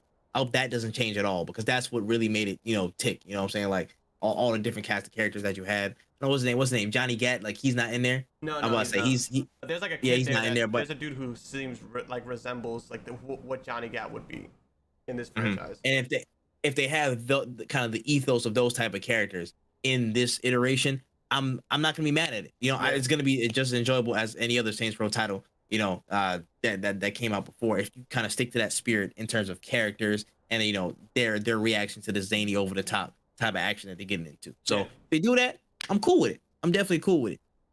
Let me see. I'll give you 3 more picks from me, man. First and foremost, I will go with, I just saw it. I literally missed it. This is tough, man. Actually, when you decide, let me just run to the bathroom really, really fast. Oh yeah, do you think? I don't know, man. There's so many different ones, but I'll give you one that I definitely am looking out for. Bomb Rush Cyberpunk. I can literally like say to the people at home, Bomb Rush Cyberpunk. It just looks good. It looks so damn good. Uh, like I'm damn proud of this game. It looks good. I think it's coming out like Team Reptile. It looks fucking amazing. It's like the spirit. It feels like a spiritual successor to Jet Set Radio, and I'm pretty sure it is. It looks dope. It looks like it plays dope. I like that stuff, and this is gonna motivate me to honestly like get a Switch and try and pick this up. I've been waiting on reasons to really get a Switch and get stuff in there, and this might be like the straw that breaks the camel's back for me. I really like the art style. I love the music of Jet Set Radio, so this is like right up my alley for when it for when stuff like this drops. I'm not sure when it's supposed to. I think again sometime in 2022. I don't know exactly when, but oh yeah, also it's on Steam. Never mind. I'm not even gonna get a Switch for that shit. So we'll be all right. Yeah, we'll be good on that. So yeah, I think Bomb Rush Cyberpunk is also gonna be a really good one. That's coming through this year. My eyes on that shit. That's one. I said Bomb Rush Cyberpunk. It's like the spiritual successor to Jet Set Radio. Yes, that looks really good. I was actually looking for a release date the other day because I saw them like tweet something out, and I was like, this game, I need this game. I forgot about it, but I definitely need it. It's like when they announced it for 2022, and I was like, that's so far away, but now it's literally like right here. Gotcha. Yeah. Like literally, it's catching up. It's catching up. I'm gonna add a little bit of a different one. Let's see. Where was it? Oh, actually, now we'll go back to the mainstream. Starfield. Now, I'm excited in a different way. I'm delaying this excitement as much as I possibly can. Now, it's not even as much as excitement as it is hope. I really hope that this game like just transports us back into that, that Bethesda magic, because they, what I'm saying, Fallout 76 was Fallout 76. Yeah. It was there. It had a really rough start, and then it was just there. It got better over time, but then it was just there. But Starfield, I feel like that's kind of like, again, this next big thing. We've been hearing about it for years. I really wanted to hit the ground running in terms of, how you interact with the world and just the depth that they're getting into. I cannot wait for that one personally, in terms of if they hit what they're supposed to hit in terms of the world building and in terms of the interaction with everything and how vast it might be. That's going to be a fire joint. Yeah. That's going to be a fire joint. So definitely Starfield. And let's definitely go with Elden Ring. Psych. Hell nah. I'm not excited for Elden Ring. Who gives a fuck about Elden Ring, nigga? I don't care. I'm gonna say it again. I don't care about Elden Ring. Y'all can go die 100 times in 1 hour if you want. That's not on me. You can do it cooperatively now. Go have fun, you Hellions. Go have fun. But yeah. No, literally. And then like the last one, I'll probably say the Callisto Protocol. Now, I normally don't play any scary games. I don't play scary games like that. But the Callisto Protocol looked mad interesting. And now that the Dead Space remake is around, I was still interested on what they had to offer, because it looked really cool. I'm not gonna lie. Like I'm pretty sure it was from the same team that made Dead Space. It just kind of moved on to another studio and did other things. But it, from the little tidbit that we got, I'm excited to see what it looks like, bro. Because I'm like, yo, listen, I might step outside for a scary game or two. I might pop in for that one. So that's definitely on my radar. I'm excited for that.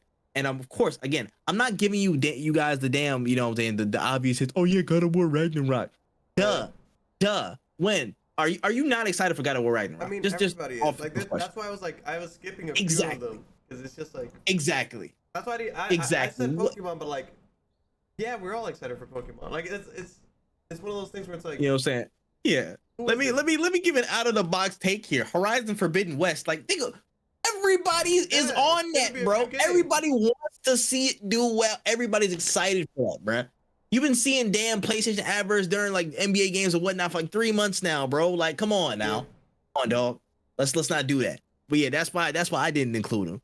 But yeah, that's there. I really am curious to see how this new Breath of the Wild game is gonna hit the streets, because people gonna be on that like crack. I'm not excited for it, but I just want to see how that hits the streets, because I know people gonna be clamoring, bro. Yeah, like there's a lot of games coming out. I kind of try to focus more on stuff that like I feel like would make me happy. Like the God of Wars and the Horizons are always going to be there. Next year there's a lot coming out. Now that Death Stranding the director's cut is coming to PC, now I got to buy it a third time. Yeah. I don't mind it though. I really enjoy that game. If I don't see an announcement next year for another Kojima game, I'm actually going to be a little upset, but hey, it is what it is. He hasn't returned any of my calls. Hey, no way. Apparently, I saw on Twitter or something like that. He was like, "Yo, I'm back in the offices" or something like that. Like, so he's starting to get to work on some other projects. He was like some radio, some whatever, some he can't announce or something like that. It was funny. But he might be working on some shit. His tweets really just be him living his life. Because I remember I saw a tweet this morning. Doing whatever. Like, yeah, he really be just doing chilling. whatever. He's like trying out the new Samurai Big Mac or whatever. And I was like, yo, my man, where's Death Stranding 2, dog? But I don't want to be that guy. I was just like, enjoy your sandwich, Mr. Kojima. Let me know how it is. Like, he really just be like, yeah, man, I'm reading a few books today. And I'm just like, all right, cool, dude. It's a damn pressure. Man. That's crazy, bro. That's crazy. Where's the game? Yeah. Like, oh my gosh, man, that's tough. Yeah, and there's other stuff that seems like it's gonna be pretty cool. That's on my radar. There's just there's so many games that like listing. It would literally almost list every game that comes out next year. But I try to list. I'm trying not to like get my hopes up because there's a bunch of games that have no release date, but they're like next year, but like have no real release date. Because at this point, especially with COVID, things are gonna get pushed back. Don't expect everything to come out this year. Things are going to get pushed back. You see how Omarion's spinning the block. There could be some room for. I still think it's gonna be a really big year, but I am very wary of how all this COVID stuff like develops and redevelops going forward. So it could change some things going moving into the year. I still think it's gonna be a pretty packed schedule in terms of releases and whatnot. I feel like stuff that we might see like more. I think we'll see more top of the year stuff get pushed back into the middle of the year and even end of the year. And this is where I'm like, yo, summer games, just drop summer games. Just do it in the summer. I like just pull the trigger. We understand like people aren't gonna be as out. Okay, some people aren't gonna be as outside because they dumb as shit. But come on, for the game drought, please just let's not do that this year. Let's actually have some consistency. You know what I'm saying? And then put some stuff in the summer. Saints Row was supposed to drop in February. It's now dropping in August. Which I'm not against because I'm not. As a kid growing up, I understand that like people were like, yo, I'm outside all summer. I'm not. I'm very much not. I'm inside most of the summer. I hate the hot. I like being indoors with the air conditioning. So like a game coming out in August or July, I don't think would be that big of a problem for people because it's like that's usually literally the summer months is the games that I usually get back into like Warframe. I'll play more Destiny. I'll play like the games that have like the grindier games. Yeah, the grindier games. I have nothing else to play. Like I'll start playing more Apex or whatever just because I have nothing else to play. So I would love for them to push some stuff back.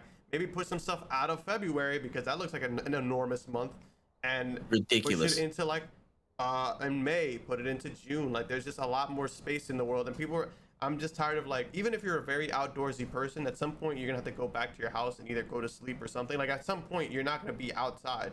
You gotta play the game or something like that, bro. If you bought it, it's there. The game. It just, can we not put everything in 3 months of a 12-month year?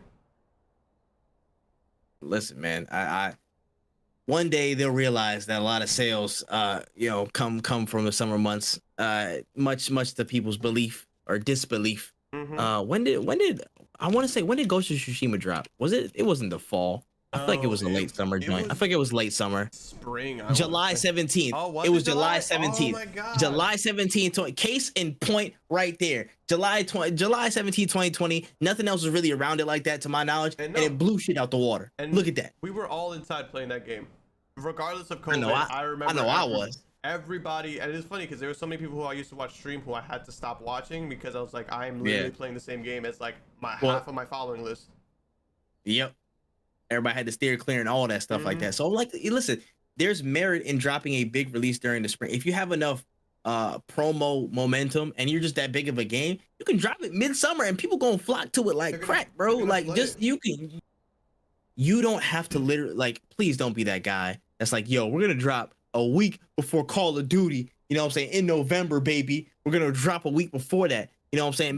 Maybe they think that, because Call of Duty's not as hot as it used to be, you'll still get blown out the damn water, bro. Just don't drop nothing in November like that, bro. Just save that for them. They got that. Just drop it early. come here. The better chance you have of surviving if you drop it in the summer month. If you're a smaller game, especially. And that's how you get games that like come out in November and then end up on sale in December. Like I don't even every game. I think I missed Far Cry 6 was a game this year that last year that I wanted to play on release that I didn't get the chance to because I was broke. And like if I wasn't still broke in December, I could have got it for $30. A brand new game on sale for $30. And like this is what happens is that you guys release like if you would have told me, yo, Far Cry 6 drops in July, I would have bought it because I had money in July. I wasn't doing anything in July. I was just at home chilling, and I have time for these big Ubisoft games with like a million things to do in them. But instead, you want to drop it next to Call of Duty, Battlefield, all these other games. I'm sorry, bro, I ain't got it. Like you're just gonna get left out of the rotation. And once a game gets left out of the rotation, once you pass your release date, if it doesn't get picked up within like I want to say a month after it's been released, most people just kind of move on to the next thing because of how fast games come out. Because the year's rolling. We gotta get the other shit. Not even to mention that. You also gotta think about the people like me who I own Game Pass. So like if I don't buy it on the first month, I have an entire library of games to play to keep my mind off of your game until your game becomes a $20 game. Said push your box to the left. Everything you own, you not irreplaceable, big dog. That's really how it is though, honestly. And with again people's time, people's schedules, and again just the absolute like the load of games that people have. You know, depending. Some people have Game Pass, some people have a backlog that's crazy long. I'm not going, name names, me, but it's a lot of stuff that might come before, and you have to be really compelling to just jump that line. So timing is key. And I'm like, listen, it wouldn't hurt a lot of these companies to drop it in the summer months because it's as much as they may not believe, there's a lot of people still inside playing games even more than ever. So you might want to jump on that. Yeah. I agree. But yeah, man, that's all of the show notes I had for today, man. Is there anything else you might want to cover that we didn't catch on to in this? No, not really. Because I think we covered a pretty good basis. I think there's a lot of more news to come in the following weeks. We just started 2022, and it seems like it's gonna be it's been pretty calm, but it seems like it's gonna be like a month to watch. Because one thing I've noticed this year is that a lot of games got announced for this year, but not a lot of release dates. A lot of 2022 announcements, but not a lot of actual dates. And I think it's mostly because I think all the companies are expecting because of how COVID is going, it's going to be a big wave of like staying at home and lockdowns and stuff. And we're going to see how that affects certain game releases. Some games are going to get pushed back, and I think that's going to be probably best for those games. But some games might not get left back, and we'll see how that affects everything. I agree. It's going to be a big ass year. You know what I'm saying? Check out for Game of the Year's incoming Advanced Wars 1 and 2 remastered. Coming back. I think it's the game. Advanced Wars for they think I'm joking. Game of the Year 2022. Advanced Wars 1 and 2. Stop playing with me, man. Those are good games, though. Those are some really good games. That's facts. People sleep on Advanced Wars. Bro. I'm not gonna lie. I stumbled upon that Game Boy days. I stumbled upon them joints. Those are some really good games.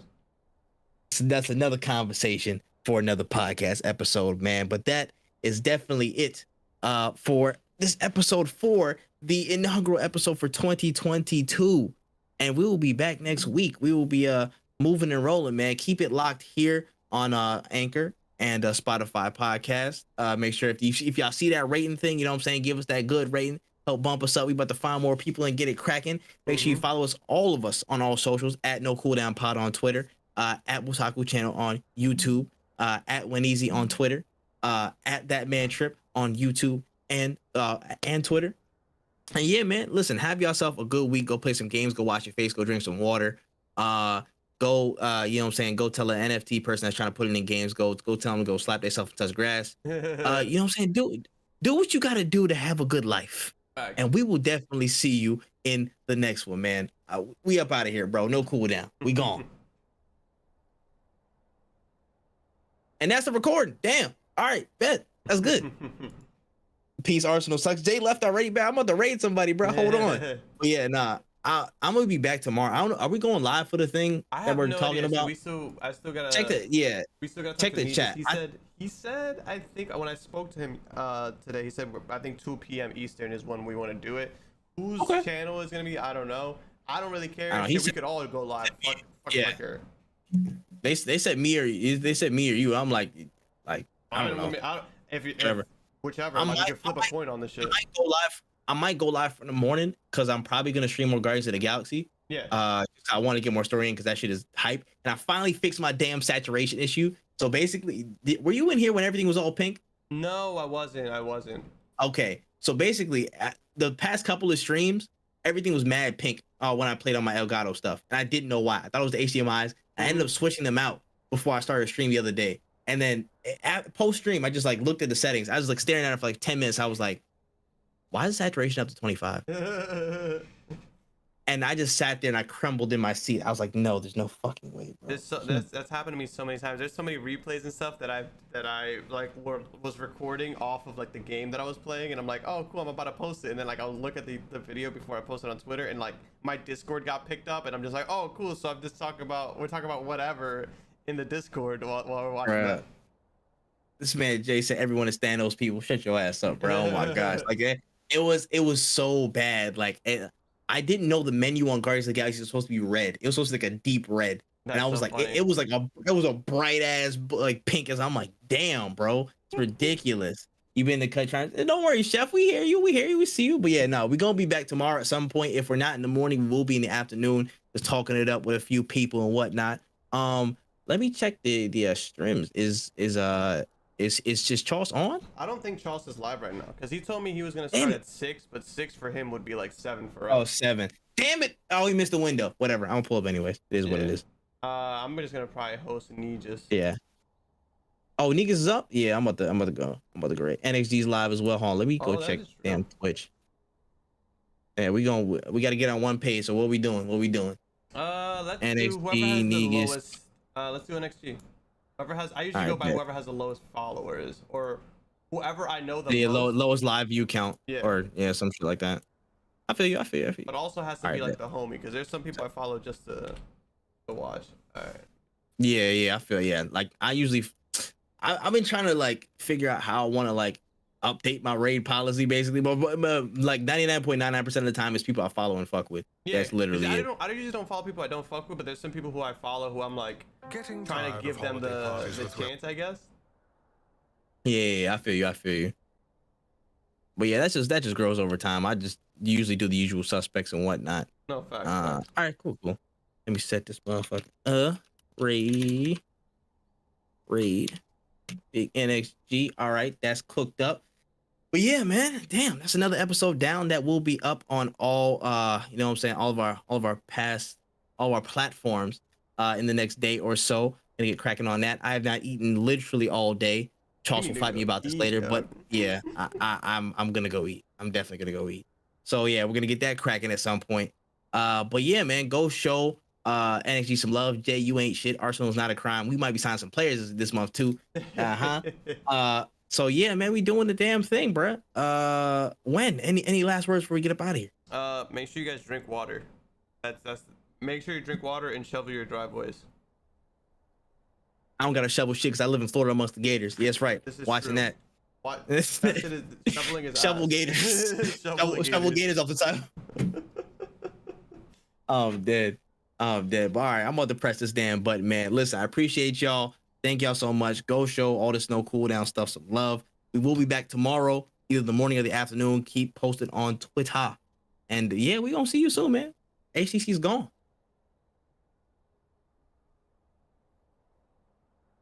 Boom.